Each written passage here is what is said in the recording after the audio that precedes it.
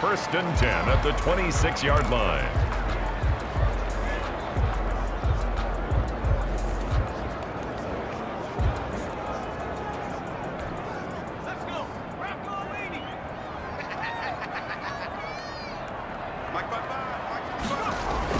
Now Burrow on first down. And that is incomplete. He couldn't hold on through the contact. Brings up second down. That's an excellent play by the defender. He diagnosed that one, closed quickly, and helped force the incompletion. Once again, they'll come up on the 26-yard line, second and 10.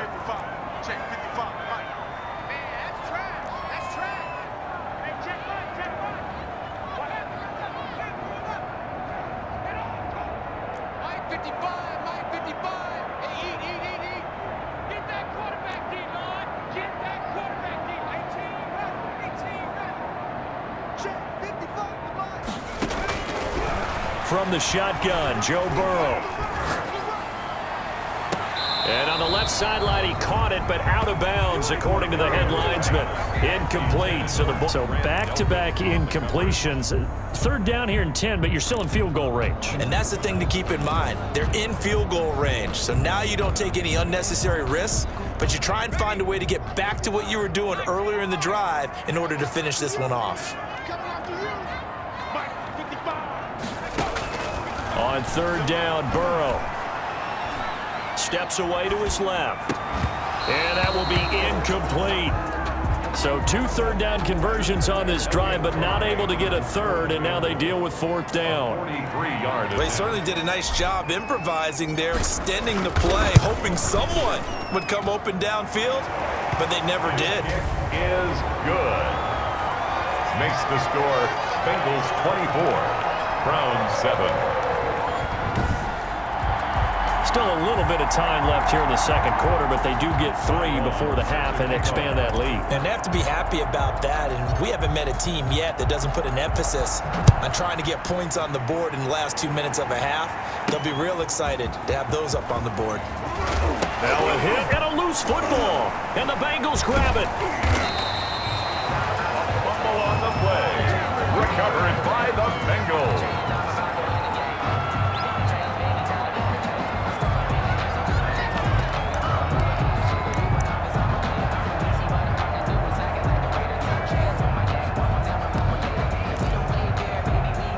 So from the 17 now, here's a first and 10.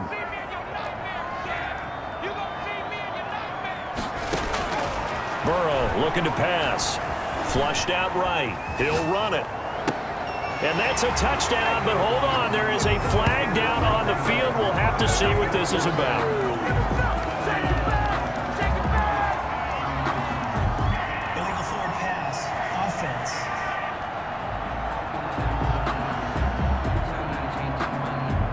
So erase the red zone score. They'll have to dial that one up again.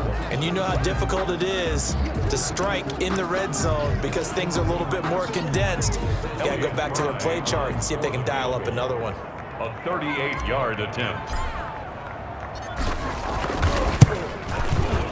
And his kick here is good. And that will do it for this first half. So we have reached halftime here in the Thursday night opener as we send you down to Orlando where Jonathan Coachman has our EA Sports halftime report. Coach. All right, Brandon, good to get another season underway. We'll get back to you guys for the second half of the season opener. But first, let's take a look at what's still to come here in the opening weekend of the NFL season. Some good, the one in Baltimore. A big one coming up for the Ravens as they'll have to contend with the New England Patriots. Excellent games in the late afternoon window as well. One being out in Los Angeles, where it'll be the Rams taking on the Carolina Panthers. And then lastly, the nation gets a good one on Monday night between the Philadelphia Eagles and the Dallas Cowboys. All right, we will save the Week 1 highlights and apparently get right back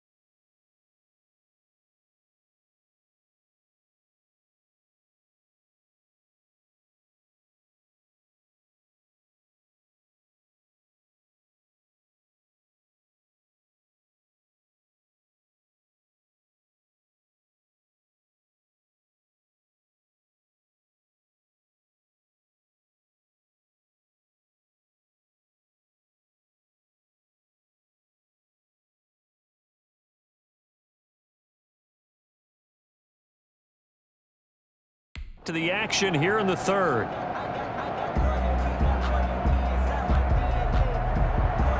We'll see if week one fatigue becomes any kind of a factor as we are back underway in the second half. Fielded a couple yards into the end zone. And he'll be brought down at the 28-yard line, so the decision to bring it out of the end zone gets him 3 more. At their own 28-yard line. Time for Tyler Boyd and the rest of the offense to take over now. And I know that they've double-teamed him a couple times, but not a ton. Whatever they're doing isn't working. He's up over 100 yards. We'll see how they adjust. And when they do that, they weaken their defense in other places as well. And how many times have we done games where we've seen a guy have a big game like this? But it's usually not by himself, is it? Usually it opens it up for other people to have big games as well. That's a really nice, tough run inside, and they gained 5 yards on it. And to be frank about it, most offenses don't expect to get 5 yards on a play call like that. So when they do, they go back to their huddle with a little pep in their steps. They're starting to think that they're starting to dominate the line of scrimmage.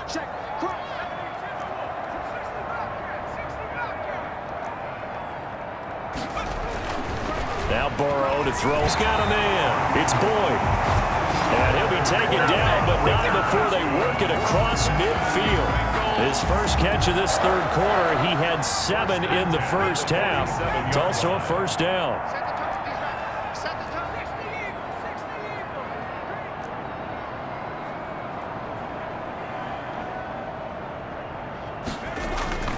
They're passing here. Joe Burrow. Boyd's the target, and he has it over the middle. And he gets this inside the 35-yard line. Back-to-back receptions for him, and it's another first down. And that last reception puts him over 150 yards now on the game, Charles. And now it's not just execution. It's not just performance. It's a mental aspect that's going on. Because right now, he's got the defense so much on their heels, got them looking at each other. Who's going to cover this guy, and what type of coverage can we put out there to try and slow him down? On the tackle. 2 yards on the pickup there. It'll be 2nd and 8. And 8 at the 31-yard line. Once again, they run with Mixon. 4 yards on the pickup there as it'll leave them with a third and about 4 more for a first. Well, you certainly have to give a little credit here because they're playing this game now at their pace. This is ball control football, sustained runs, taking their time and making it work. And that is incomplete. Oh, he had a defender right there with him to force that to the ground.